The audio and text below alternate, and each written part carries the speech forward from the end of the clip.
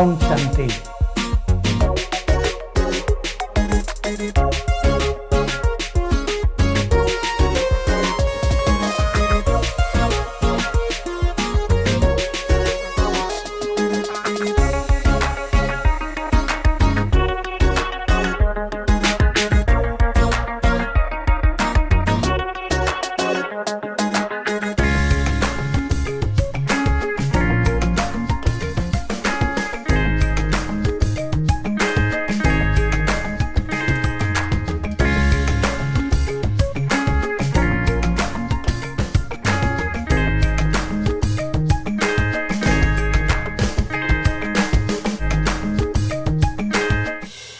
மிக சுவையாக இருக்குது. நன்றி நன்றி.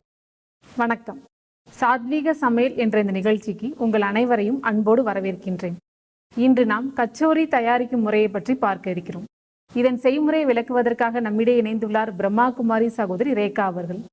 சகோதரி அவர்கள் கடந்த 32 ஆண்டு காலமாக ராஜயோக தியானத்தை பயின்றும் பயிற்றுவித்தும் வருகிறார். நேர்களே, உங்கள் அனைவரின் சார்பாக சகோதரி அவர்களை அன்போடு வரவேற்கின்றேன். வணக்கம் சிஸ்டர். வணக்கம் சிஸ்டர். ஓம் சாந்தி. ஓம் சாந்தி. சிஸ்டர், இன்னைக்கு நீங்கள் நேர்களுக்காக என்ன ஸ்பெஷலான ஐட்டம் கொண்டு வந்திருக்கீங்க? சிஸ்டர், இன்னைக்கு நான் கச்சோரி பண்ண போகிறேன் சிஸ்டர். கச்சோரி அப்படிங்கிறது வடக்கு தேசத்தில் திருவிழாக்களில் இது மிக முக்கியமாக செய்யக்கூடிய ஒரு பதார்த்தமாகும் சிஸ்டர். அதை செய்யறதுக்கு நமக்கு என்னென்ன பொருள்கள் தேவைங்கிறது பார்ப்போமா சிஸ்டர்? இப்போ முதல்ல மைதா மாவு சிஸ்டர். மைதா மாவு நான் 500 கிராம் எடுத்திருக்கேன் சிஸ்டர். இதுக்கு தேவையான அளவு உப்பு, 3 ஸ்பூன் அளவு மல்லி இப்படி உடைச்சி எடுத்திருக்கோம். இதுக்கு தேவையானது அடுத்தது ஓமம் 2 ஸ்பூன் எடுத்திருக்கோம். 1 ஸ்பூன் சோடா உப்பு, இது வறுத்த ஜீரக பொடி 2 ஸ்பூன் எடுத்திருக்கோம். அதுக்கு அடுத்தது மல்லிப்பொடி 1 ஸ்பூன், மிளகாய் தூள் 2 ஸ்பூன், பெருங்காயத்தூள் 2 ஸ்பூன், மஞ்சத்தூள் 2 ஸ்பூன் எடுத்திருக்கோம். 50 கிராம் கடலை மாவு, 1.5 கப் பாசிப்பருப்பு எடுத்திருக்கோம். சுத்தமான நெய் 1 ஸ்பூனும், வனஸ்பதி கீ 5 ஸ்பூனும் எடுத்திருக்கோம். இதுதான் இன்னைக்கு தேவையான பொருட்கள். இப்போ சிஸ்டர் நம்ம முதல்ல ஸ்டஃபிங் அடுத்தது பார்த்துக்குவோம். இப்போ முதல் அதுக்கான பூரி எப்படி செய்யறது பார்த்துக்குவோம்.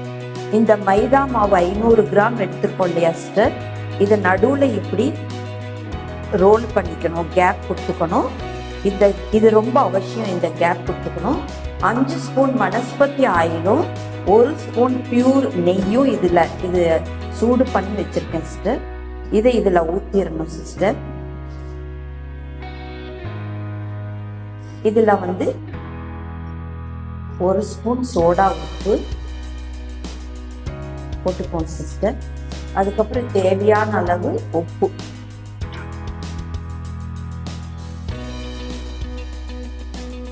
ரெண்டு ஸ்பூன் போடணும். இன்னும் கொஞ்சம் போடுங்க. இப்போ 2 ஸ்பூன் ஓமம் இருக்கு. 2 ஸ்பூன் ஓமம் அப்படியே போடக்கூடாது. இது என்ன பண்ணணும்னா இந்த மாதிரி எடுத்துட்டு நல்லா இப்படி க்ரஷ் பண்ணிக்கணும் கையில். அப்போதான் அது வாசனை நல்லா கொடுக்கும். இப்போ இது போட்டுட்டேன் இதுக்கு. இப்போ நம்ம என்ன பண்ணணும்னா அடுப்பை பற்ற வச்சுட்டு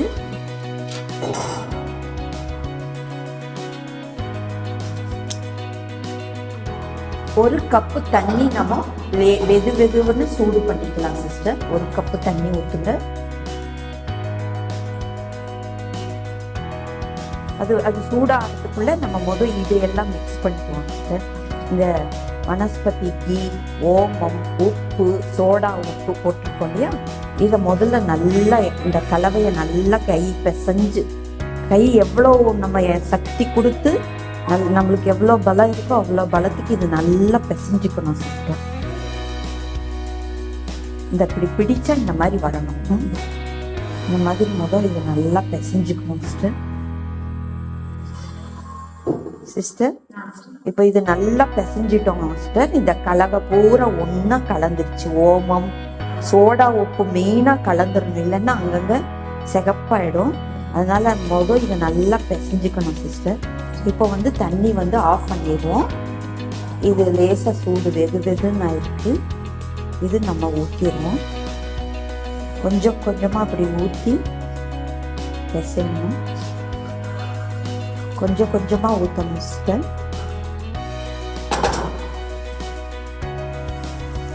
ரொம்ப தண்ணி ஊற்றிட்டோம்னா குழஞ்சிடும், பூரி வராது. அதனால கொஞ்சம் கொஞ்சமாக தண்ணி ஊற்றி இந்த கடலையை நல்லா அழுத்தம் கொடுத்து பிசையணும்.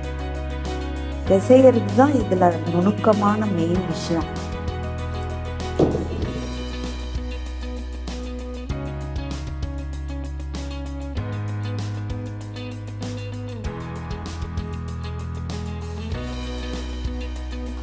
இப்போ பாருங்க சிஸ்டர், மாவு பூரா ட்ரை மாவு பூரா எல்லாம் எடுத்துட்டோம்.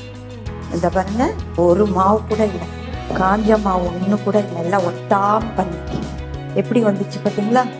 மாவு பாருங்க, இப்படி இப்படி இருக்கணும் சிஸ்டர். கை வச்சா சாஃப்டா இருக்கு பார்த்தீங்களா? ஆமாம். இன்னும் வந்து கொஞ்சம் இதில் வந்து ஏற்றணும். டால்டா வச்சிருக்கேன். அந்த எண்ணெயை கையில் அப்படி ஊற்றிட்டு இது மேலே இப்படி காயாம, மாவு காயாம இருக்கிறதுக்கு இப்படி போட்டுட்டு வச்சிடணும் சிஸ்டர். இது பண்ணிட்டு அதுக்கப்புறம் இதுக்கான உள்ள வைக்கிற ஸ்டஃப் ரெடி பண்ணணும் சிஸ்டர். கச்சோரிக்கான ஸ்டஃபிங் மைதா மாவு நம்ம வந்து பிசைஞ்சு வச்சுட்டோம் இல்லையா? இப்போ ஸ்டஃபிங் பண்ண போறோம் சிஸ்டர். இப்போ அடுப்பு பற்ற வச்சுடுவோம் மாஸ்டர். இது நல்லா சூடானோடனே சிஸ்டர் இதில் இப்போ சீரகம் போட போகிறோம்.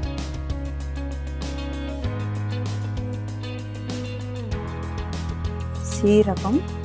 இப்போ அடுத்தது சோம்பு போட போகிறோம் சிஸ்டர்.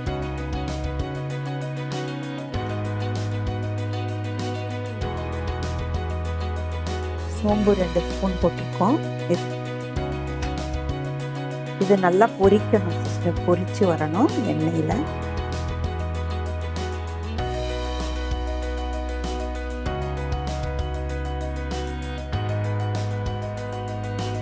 ஓமம் ஒரு சின்ன இதை பாருங்க, இவ்வளோதான் போடணும். இல்லை, ஒரு சிட்டிகை ஓமம் போட்டிருக்கேன் சிஸ்டர்.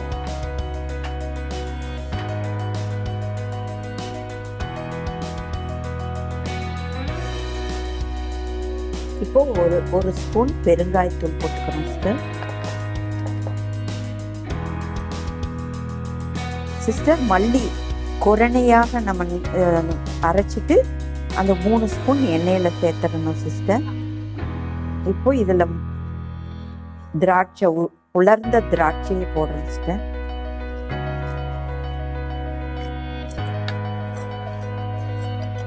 இப்போ முந்திரி பருப்பு 2 ஸ்பூன் முந்திரி பருப்பு, மஞ்சப்பொடி ஒரு 1/2 ஸ்பூனு, பொடிச்ச சீரகம். வறுத்த உடனே இந்த பாசிப்பருப்பு பாதியா வேக வச்சிருக்கோம்ல சிஸ்டர், இந்த பாதி பார்த்தீங்கன்னா முழுசா வேகக்கூடாது, பாதியா வெந்திருக்கிறத இதில் சேர்த்துக்கணும்.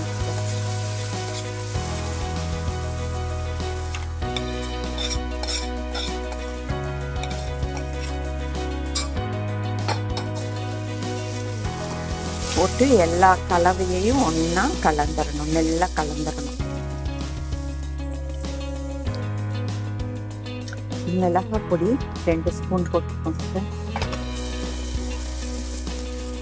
2 ஸ்பூன் உப்பு போடுங்க.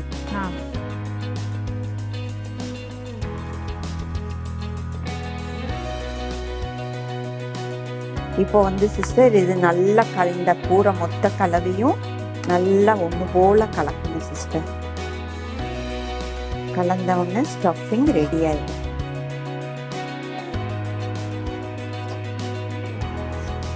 Stuffing ready sister. இப்போ பாருங்க எண்ணெய் விட்டுச்சு பார்த்தீங்களா? இந்த மாதிரி எண்ணெய் விட்டுடணும் வெளியே. நல்லா வெந்து இப்போ எண்ணெய் வந்து விட்டுடுச்சு.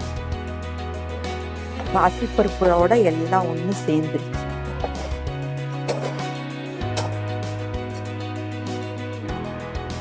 இப்போ ஸ்டஃபிங் ரெடி. சிஸ்டர். இதில் பாருங்க மைதா மாவு ரெடி பண்ணிட்டோம். மாவு பிசைஞ்சு இப்போ கிட்டத்தட்ட ஒரு மணி நேரம் நல்லா ஊற வச்சுட்டோம். இப்போ இதுக்கான ஸ்டஃபிங்கும் நம்ம இந்த மாதிரி சின்ன சின்ன ரோலாக ரெடி பண்ணி வச்சுட்டோம்னா சிஸ்டர். இப்போ நம்ம வந்து என்ன பண்ணணும்னா, இந்த மாவு இருக்குது பார்த்தீங்களா, இது இவ்வளோ அளவுக்கு எடுத்துக்கணும் சிஸ்டர். நல்லா உருண்டை பண்ணிக்கணும் சிஸ்டர். இந்த மாதிரி வெடுப்படாமல் வெட்டு வராமல் நல்லா ரவுண்டு பண்ணிக்கணும். இப்படி ரவுண்டு பண்ணிட்டு இந்த இது இருக்கு பார்த்தீங்கன்னா, இந்த இதில் இப்படி அமுக்கணும் சிஸ்டர். இப்படி அமுக்கிட்டு இந்த பாருங்க, இந்த கையில் நல்லா பாருங்க, இப்படி இந்த கிண்ணம் மாதிரி இப்படி பண்ணிக்கணும் சிஸ்டர். இந்த மாதிரி நல்லா கிண்ணம் மாதிரி இப்படி பண்ணிக்கணும். கை நடுவில் இப்படி பெருவிரக்கிட்ட இப்படி வச்சுட்டோம்னா கிண்ணம் மாதிரி கிடச்சிடும். இப்போ இந்த ரோலை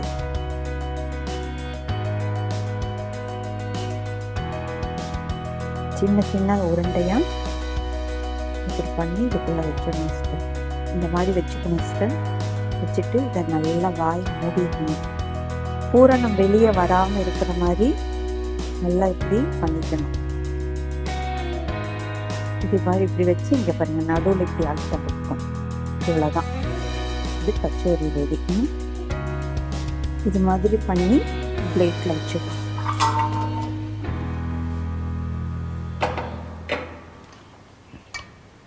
அதே மாதிரி மாற்றி நல்லா அழுத்தம் கொடுத்து ரவுண்டு பண்ணணும். இந்த உருண்டைக்கு நல்லா அழுத்தம் கொடுக்கணும். அப்போதான் சாஃப்டாக வரும்.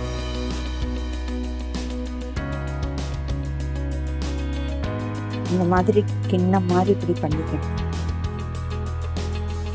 பண்ணிட்டு இதில் மாவு போடணும்.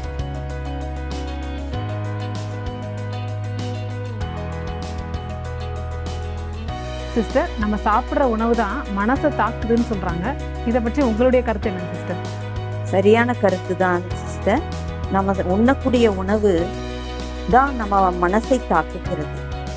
அப்படிங்கிறதுக்கு நான் ஒரு சின்ன கதையை உங்களுக்கு உதாரணமாக சொல்ல விரும்புகிறேன் சிஸ்டர். இப்போ என்ன காஞ்சிச்சு ஒட்டு பேச.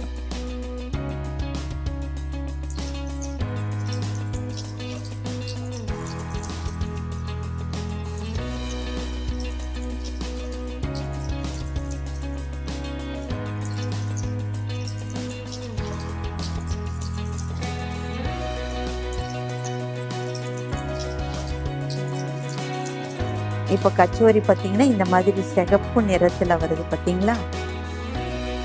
நல்லா கொஞ்சம் பொன்னிற சிகப்பாகணும். பொன்னிற சிகப்பு ஆனால் தான் உங்களுக்கு வந்து கச்சோரி ரெடின்னு சொல்லலாம். இதை பார்த்தீங்களா, இது பொன்னிறமாக வந்துடுச்சு.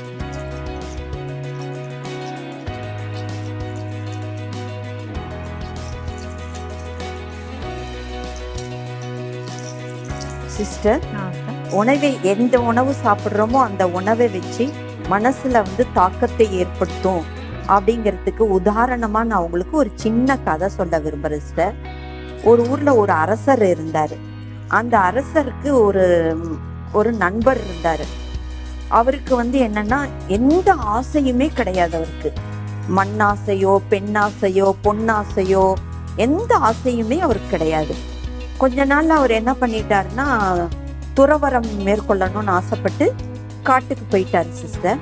காட்டில் போய் உட்காந்துட்டு அவர் தவம் பண்ணிகிட்டே இருந்தார். அப்பப்போ அடிக்கடி வந்து ராஜா வந்து அவரை சந்திக்க போவார். ஒரு நாள் வந்து ராஜா வந்து, இன்னைக்கு எங்கள் அரண்மனைக்கு நீங்கள் அவசியம் வரணும், நான் உங்களுக்கு விருந்து வைக்கணும்னு விரும்புகிறேன் அப்படின்னு. ஸோ ரொம்ப தடவை கூப்பிடுறாரே, சரி ஒரு தடவை போவோன்ட்டு போனார் சிஸ்டர். நல்லா அழகாக விதமான விருந்துகள் வச்சுருந்தாரு. அவர் சாப்பிட்டுட்டு இருந்தார். சாப்பிட்டு முடிச்ச உடனே அங்கே பக்கத்தில் ஒரு தங்க கிண்ணத்தில் ஒரு பானகம் வச்சுருந்தாரு. அது குடிக்கிறதுக்காக எடுத்தாரு.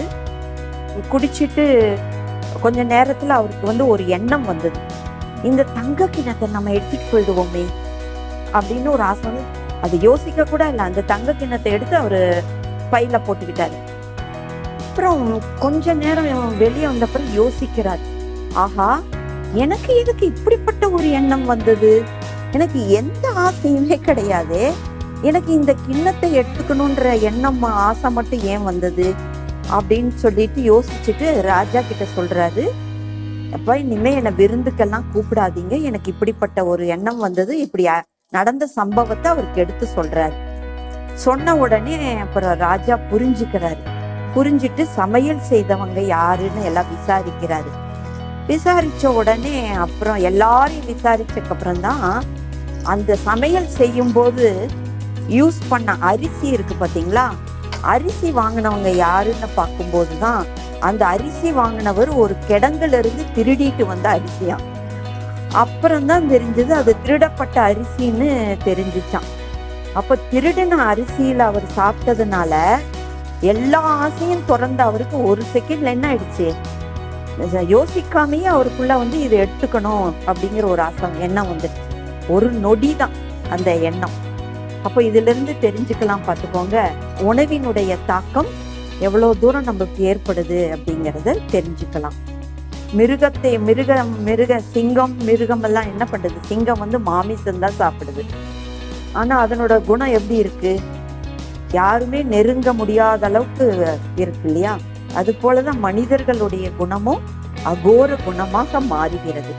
இதுதான் உணவினுடைய தாக்கம்ங்கிறதுக்கான சித்தாந்தம். இதுதான் கச்சோரி ரெடி ஆயிடுச்சு சிஸ்டர். இப்போ இந்த கச்சோரியை நம்ம பிளேட்ல மாத்திக்குவோம் சிஸ்டர்.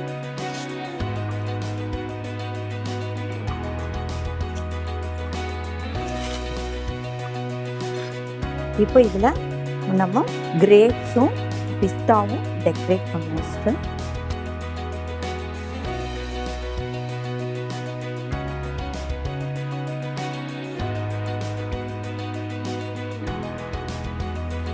சிஸ்டர், உங்களுடைய இந்த அற்புதமான கச்சோரி சாப்பிட்றதுக்காக 2 கெஸ்ட் வந்திருக்காங்க. பிரதர் ஜெயக்குமார் பிரதர் வந்திருக்காங்க, சண்முக சுந்தரம் பிரதர் வந்திருக்காங்க. டேஸ்ட் பண்ணி கொடுங்க சிஸ்டர். இது கச்சோரி டேஸ்ட் பண்ணி பாருங்க. ஓம் சாந்தி.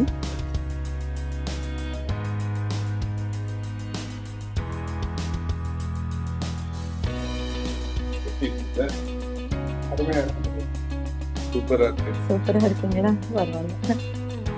இது புளிப்பும் பேரிச்சம்பழம் மாதிரி இருக்கு. பேரிச்சம்பழத்துல தான் தயார் பண்றது. பேரிச்சம்பழத்துல தான் ஸ்வீட் சட்னி தயார் பண்றோம். இதுல புதினாவும் கொத்தமல்லி பச்சை மிளகா சீரகம் எல்லாம் போட்டு கிரீன் சட்னி தயார் பண்ணுவோம்.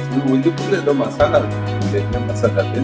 இதெல்லாம் பாசிப்பருப்புல தயார் பண்ற மசாலா. அது மைதா மாவுல கச்சோரி பண்ணுவோம். ரொம்ப டேஸ்டா இருக்குல்ல?